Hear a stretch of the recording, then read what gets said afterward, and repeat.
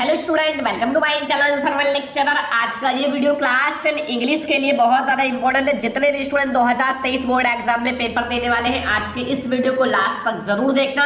इस वीडियो में हम लोग इंग्लिश के इंपॉर्टेंट क्वेश्चंस को देखने वाले हैं। जो इंपॉर्टेंट क्वेश्चन है बोर्ड एग्जाम में 100% आएंगे ही, ठीक है। बोर्ड एग्जाम में आपका पक्का आएगा बोर्ड एग्जाम में, क्योंकि ये क्वेश्चंस बहुत ही ज्यादा इंपॉर्टेंट है। प्रोज का देखेंगे, ठीक है, प्रोज का जो आपकी बोर्ड एग्जाम के लिए मोस्ट इंपोर्टेंट है। ऐसे हम लोग पहले प्रोज का, फिर आपका पोएट्री का, और फिर मैं सप्लीमेंट्री जो शॉर्ट स्टोरीज है उनका क्वेश्चंस देखेंगे। मतलब सब कुछ पढ़ने वाले हैं, ठीक है। आज की इस वीडियो को लाइक कर देना, शेयर कर देना, चैनल पर सब्सक्राइब कर लेना। सबसे पहला प्रश्न आप लोग देखो, इसमें क्या पूछ रहा है कि हु वाज लैंचो, जो लैंचो था वो कौन था, एंड वेयर वाज लैंचोज, मतलब लैंचोज हाउस सिचुएटेड, और लैंचो का जो घर था वो कहाँ स्थित था। मतलब ये सारा वेरी इंपॉर्टेंट है बोर्ड एग्जाम के लिए। आपको सबसे पहले देखो ध्यान से समझना, मैं 2 लाइन में बताऊंगा, ज्यादा बड़ा नहीं बताऊंगा कि आपको दिक्कत हो, कुछ भी नहीं है। सबसे पहले लैंचो था, एक किसान था, ठीक है, जो खेती करता था। इतना आप पहले समझो, फार्मर था, एक किसान था, वो भी बहुत गरीब किसान था। क्योंकि देखो ध्यान से समझना, अगर आप चैप्टर को पढ़े होंगे ना तो आपको पता होगा लैंचो कौन था, लैंचो का घर कहाँ स्थित था, लैंचो किस चीज का खेती किया था और क्यों उसका पूरा खेत बर्बाद हो गया था, सब कुछ पता होगा अगर आपने इस चैप्टर का थोड़ा सा सारांश पढ़ा होगा, अच्छे से मीनिंग्स पढ़ा होगा। लैंचो वाज ये पुअर फार्मर, जो लैंचो था एक गरीब किसान था, एक गरीब किसान था, ठीक है। लैंचो कौन था, एक पुअर फार्मर था, एक गरीब किसान था। His house was situated on the crest of a low hill, और उसका घर जो था वो क्रेस्ट ऑफ ला हिल, यानी कि जो चोटी था ना, मतलब उस पर स्थित था। बस इतना समझना है, कुछ है नहीं। अगर आप ध्यान से समझोगे तो कुछ नहीं है, अगर आप इसको नोट कर लोगे, एक बार रिवीजन कर लोगे तो कुछ नहीं बचेगा। ये बहुत ज्यादा इंपॉर्टेंट क्वेश्चन है। सारा क्वेश्चन आप लोग तैयार करके ही बोर्ड एग्जाम में पेपर देने जाना है, क्योंकि यहाँ से आपके क्वेश्चंस 100.1% आएंगे ही आएंगे, क्योंकि ये बहुत ज्यादा इंपॉर्टेंट है, प्रोज के इंपॉर्टेंट क्वेश्चन है, ठीक है। क्वेश्चन नंबर 2 देखो कि why did Lencho write a letter to God and who received the letter and what did he do. अब आपको यहाँ ये बताना है कि why did Lencho write a letter to God, भगवान के लिए, मतलब भगवान को लैंचो ने पत्र क्यों लिखा था। अगर आपने चैप्टर पढ़ा होगा तो पता होगा कि लैंचो ने एक लेटर लिखा था, एक पत्र लिखा था, वो भी गॉड को, जो कि इतना उनका बिलीव था भगवान में, इतना उनको गॉड में बिलीव था, इतना आशा था कि वो उनकी हेल्प करेंगे, ठीक है। तो ये चीज आपको डिटरमाइन करना है, समझाना है। And who received the letter, और वो जो लेटर था वो किसको मिला, and what did he do, और उसके बाद क्या हुआ, आपको अच्छे से समझाना है। तो सबसे पहले मैं आपको बता देता हूं कि द क्रॉप ऑफ लैंचो, जो लैंचो का फसल था, लैंचो का क्रॉप था, वाज कंप्लीटली रूइंड, ठीक है। रूइंड मतलब, रूइंड का मतलब होता है खराब हो जाना, बर्बाद हो जाना। कंप्लीटली मतलब पूरी तरह से बर्बाद हो गया था बाय हेलस्टोन्स, मतलब जो हेलस्टोन्स के द्वारा, किसी भी आप समझ लो, ठीक है। मतलब जो पत्थर होते ना, मतलब वो गिरते हैं इस चीज से। He believed that only God, और उनको भगवान पर बहुत ज्यादा आशा था, बहुत ज्यादा विश्वास था गॉड पर, and would help him, जो उनकी मदद करेंगे। अगर वो, मतलब इतना ज्यादा विश्वास था, अगर हम कहेंगे तो हमारी मदद जरूर करेंगे, इतना इनको विश्वास था। सो ही रोट हिम ये लेटर, और इसके लिए उन्होंने पत्र लिखा फॉर हेल्प के लिए, ठीक है। The postmaster receive the letter, और जो मतलब पोस्ट मास्टर होता है ना, मतलब जो अगर आप जाते हो कहाँ पोस्ट ऑफिस पर, तो वहाँ एक पोस्ट मास्टर होता है, तो पोस्ट मास्टर ने उस लेटर को रिसीव किया, ठीक है। अगर आप पूरी कहानी पढ़े होंगे तो बहुत अच्छे से समझ में आ रहा होगा। एंड ही रीड इट, और उसको मतलब पढ़ा। Then he collected some money, और उन्होंने कलेक्ट किया, इकट्ठा किया कुछ मनी को, कुछ पैसे को, ताकि भगवान से जो उनका बिलीव है, आशा है, वो टूटने ना पाए, ऐसे ही बना रहे। And put it a album and address to Lencho, और एक मतलब एक होता है ना रखने वाला, उसने रख दिया एल्बम में, एंड फिर एड्रेस पर, लैंचो के एड्रेस पर भेज दिया, ठीक है, ताकि लैंचो की हेल्प हो सके। ये हमारा क्वेश्चन नंबर 2 है। समझ में आ रहा है ना, कोई दिक्कत नहीं होगा, बहुत अच्छे से समझ में आ रहा होगा, मैं आप लोगों को बहुत अच्छे से समझा रहा हूँ, ठीक है। तो हम लोग देखेंगे क्वेश्चन नंबर 3। क्वेश्चन नंबर 3 समझो स्टूडेंट, ठीक है। क्वेश्चन नंबर 3 में आपको क्या समझना है, बहुत ही ज्यादा इंपॉर्टेंट क्वेश्चन है, अगर आप ध्यान से समझोगे तभी आपको ये समझ में आएगा, ठीक है। यहाँ क्या कह रहा कि what twin obligation does Mandela mention, ठीक है। यहाँ क्या कहने का मतलब है, यहाँ आपको बताना है कि मंडेला ने किन 2 दायित्वों का उल्लेख किया। मेंशन मतलब 2 दायित्व बताया था मंडेला ने, 2 चीज बताई थी, उन 2 चीजों के बारे में आपको यहाँ एक्सप्लेन करना है, अच्छे से बताना है क्या क्या चीजें जो मंडेला ने बताया था। जैसे अपने इधर मतलब यहाँ दक्षिण अफ्रीका में मंडेला है, और ऐसे जैसे अपने देश में गांधी जी थे, उसी टाइप से है, ठीक है। स्वतंत्रता के लिए इन्होंने पूरा अपना भाग लिया। देखो Mandela mentions that every man, मतलब सभी आदमियों के लिए, हिज ट्विंस ऑब्लिगेशन, अपना 2 दायित्व दिया। पहले मैं आपको फर्स्ट बताऊंगा। One it towards his family, अपने फैमिली की तरफ, अगर मतलब अपनी फैमिली की तरफ, अपने माता पिता पेरेंट्स के, अपने वाइफ, अपनी पत्नी एंड चिल्ड्रेंस एंड अदर। और ये मतलब आपको अपने मतलब पूरा आपका ऑब्लिगेशन मतलब फर्स्ट दायित्व यही है कि अपने इन सब की तरफ ध्यान दो, फैमिली की तरफ, पेरेंट्स की तरफ, वाइफ की तरफ एंड आपका चिल्ड्रन। और सेकंड जो ऑब्लिगेशन है, दूसरा दायित्व है and other obligation is his people, जो आपके देश के लोग हैं, ठीक है, his community and his country, और अपनी कम्युनिटी जो कंट्री है ना, देश की कम्युनिटी, पूरा उस पर ध्यान। ये सारी चीजें मंडेला ने 2 दायित्व बताया था। पहला तो अपने परिवार की तरफ, सारी चीजों की तरफ, और दूसरा जो हमारा है वो अपने देश के राष्ट्र के तरफ, ये बताया था मंडेला ने, 2 दायित्व बताया था। दोनों आपको समझ में आ गया होगा। ये सारे इंपॉर्टेंट क्वेश्चन है जिसको कहा जाता है वेरी इंपॉर्टेंट, बोर्ड एग्जाम के लिए एकदम वेरी इंपॉर्टेंट क्वेश्चन है। उस चीज को मैं आपको बता रहा हूँ ताकि आपका कोई भी क्वेश्चन ना छूटे। अगर बोर्ड एग्जाम में आए तो आप लिख कर आओ, एक भी क्वेश्चन आपको छोड़कर नहीं आना है, क्योंकि बोर्ड एग्जाम में अच्छे मार्क्स लाने के लिए मेहनत करना पड़ता है, और उसके लिए मैं आप लोगों को क्वेश्चन दे रहा हूँ जो इंपॉर्टेंट है, ताकि आप उसको पढ़कर बोर्ड एग्जाम में अच्छे मार्क्स ला सको। 4 नंबर क्वेश्चन समझो, व्हाई वियर 2 नेशनल एंथम संग्स, मतलब यहाँ आपको ये बताना है कि 2 राष्ट्रगान क्यों गाए गए थे, मतलब 2 राष्ट्रगान क्यों गाए गए थे। एक ही गाया जा सकता था ना, लेकिन 2 क्यों गाए गए थे ये बताना है।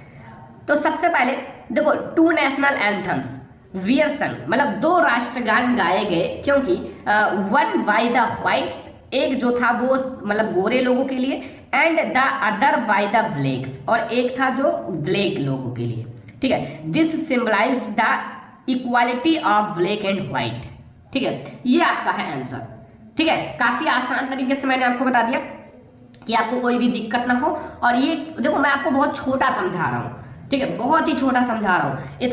देखो इतना छोटा क्वेश्चन ऐसे ही आपको लिख कर भी आना है, इससे ज्यादा नहीं लिखना है, ठीक है। इतना वर्ड्स आपके लिए बहुत है बोर्ड एग्जाम में।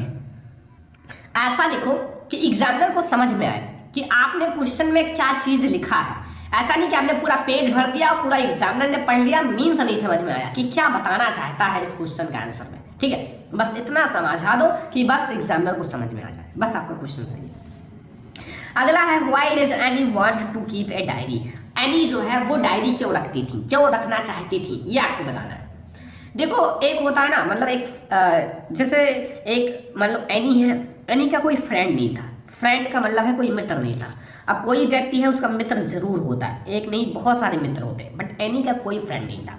अब वो एनी जो थी वो डायरी को अपना मित्र मानती थी, डायरी को अपना फ्रेंड मानती थी, ठीक है। अब फ्रेंड को साथ लेना जरूरी है, तो Anne wants to keep diary as she did not have friend, उसके पास कोई दोस्त नहीं थी, उसके पास कोई फ्रेंड नहीं थी, इसलिए ये जो है ना डायरी रखती थी और उस डायरी को अपना फ्रेंड, अपना मित्र, अपना मित्र मानती थी, ठीक है। ये है हमारा क्वेश्चन नंबर 5, बहुत आसान तरीके से, कुछ नहीं है। अगर आप याद करोगे तो 1 मिनट का काम है, 1 मिनट में याद हो जाएगा। अगर नहीं करोगे तो दिन भर आप लोग बैठे रहोगे।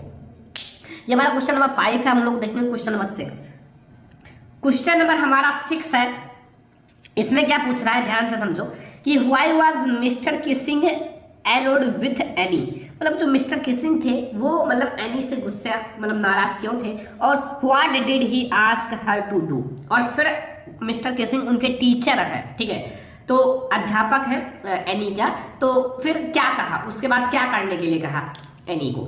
तो mister Keesing was anode with any, नाराज थे एनी से, because she talked every much in class, मतलब वो जो है ना मतलब ये क्लास में बहुत ज़्यादा बातचीत करती थी, ठीक है, बहुत ज़्यादा बातचीत। He arranged her extra homework asking her to write an essay on the subject a chatterbox, मतलब इतना बातचीत मतलब टीचर देखा तो फिर उनको एक एसे लिखने के दिए थी, एक एसे लिखो आप चैटर बॉक्स पर, बातचीत पर एसे लिखो। इस चीज के बारे में जिक्र किया मिस्टर किसिंग ने, और आपको ये एसे लिखना है, ठीक है। ये मतलब उसके बाद इन्होंने ये होमवर्क दिया इनको, ठीक है, समझ में आया चीज। ये आपको केवल चैटर बॉक्स याद रखना है और ज्यादा बातचीत करते हैं, बस इतना। तो ये आपका क्वेश्चन हो गया, क्वेश्चन नंबर 6। कुछ भी नहीं है क्वेश्चन में, अगर आप देखोगे तो बहुत आसान तरीके से 2-3 चीजें मेन याद रख कर लो, मेन चीज आपका पूरा खत्म हो जाएगा, कुछ भी नहीं बचेगा। तो ये हमारा क्वेश्चन नंबर 6। अब हम लोग देखेंगे क्वेश्चन नंबर 7। क्वेश्चन नंबर 7 है वेयर इज कुर्ग। कुर्ग कहाँ है? Where is Coorg. ठीक है, तो सबसे पहले आपको समझना है Coorg was Kodagu is the smallest district. ये एक स्मॉलेस्ट डिस्ट्रिक्ट है, एक छोटा सा जिला है ऑफ कर्नाटका। कर्नाटका का एक छोटा सा जिला है। ठीक है, समझ में आया? And it is situated Midway between Mysore and the coastal town of Mangalore. ठीक है, ये आपका है वेयर इज कुर्ग। कुर्ग कहाँ है? तो ये पूरा डिटेल है जो आपको समझ में आ गया होगा। बस इतना सा आपको समझना है कुर्ग के बारे में। ठीक है, क्वेश्चन नंबर 7 में बस इतना सा समझना है, कुछ भी नहीं है। अगर आप ध्यान से समझोगे तो इसमें क्या है, कुछ भी नहीं है, एक लाइन का है, आप याद कर लो 2-3 लाइन में, फिर आपका पूरा क्वेश्चन खत्म हो जाएगा। ठीक है, तो ये हमारा क्वेश्चन नंबर 7। आई होप कि आप लोगों को समझ में आ गया होगा। अब हम लोग देखेंगे अगला क्वेश्चन जो हमारा क्वेश्चन नंबर 8 है। ठीक है, क्वेश्चन नंबर 8 में क्या पूछ रहा है कि what was Valli's favourite pass time.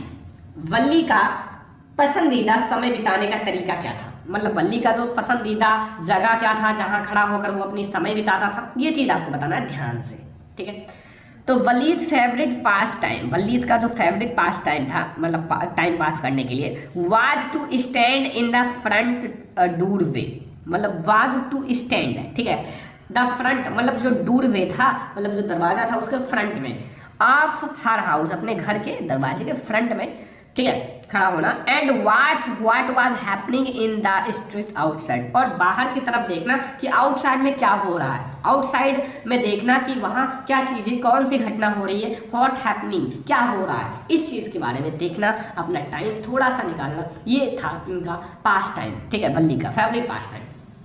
ठीक है, ये हमारा क्वेश्चन नंबर 8 समझ में आ गया ना। क्वेश्चन नंबर 8 कुछ भी नहीं है ना, बहुत ज्यादा आसान है। तो ये हमारा क्वेश्चन नंबर 8 बहुत ज्यादा आसान, कुछ नहीं है। ठीक है, अब हम लोग देखेंगे क्वेश्चन नंबर 9। क्वेश्चन नंबर 9 देखो कि what does Valli tell the elder man when he calls her child. यहाँ क्या पूछ रहा है कि मतलब बहुत ज़्यादा आसान है कि वल्ली ने उस वृद्ध आदमी से क्या कहा जब उसने उसे एक बच्ची कहकर बुलाया। जब उसने उसे एक बच्ची कहकर बुलाया तो वल्ली ने उसका उत्तर क्या दिया, ये आपको बताना है। तो when the elder man called her a child, जब चाइल्ड मतलब एक बच्ची कहा, वल्ली टोल्ड हिम, वल्ली ने उन्हें जवाब दिया, डैट हर वाज एनीबॉडी कोई भी लोग है, ऑन द बस, इस बस में, हु वाज ए चाइल्ड। ठीक है, एंड सी हैड पैड, मैंने भी पैड दिया, मतलब पैड का मतलब है पैड कितना है, हर फेयर ऑफ 30 पीसेज। ठीक है, 30 पैसे, लाइक एवरीवन, जैसे सभी लोगों ने पैसे दिए वैसे मैंने भी पैसे दिए। ठीक है, तो ये चीज़ उन्होंने बताया। तो ये हमारा क्वेश्चन नंबर 9। आई होप कि आप लोगों को समझ में आ गया होगा। अब आप लोगों को एक HW दिया जाएगा जो आप लोगों को जरूर करना है, थोड़ा सा मेहनत करना है बोर्ड एग्जाम के लिए। ठीक है, अब मैं आप लोगों को देखो अगले वीडियो में मैं आप लोगों को लॉन्ग, अभी और भी शॉर्ट लाऊंगा, लेकिन फिर मैं आप लोगों को लॉन्ग क्वेश्चन पढ़ाऊंगा। लॉन्ग क्वेश्चन इंग्लिश में आपके जितने भी लॉन्ग क्वेश्चन हैं उसको फिर मैं पढ़ा दूंगा। फिर आपका लॉन्ग क्वेश्चन खत्म हो जाएगा, फिर लॉन्ग क्वेश्चन खत्म हो जाएगा तो फिर आपका जितने भी ऑब्जेक्टिव क्वेश्चन है इंग्लिश का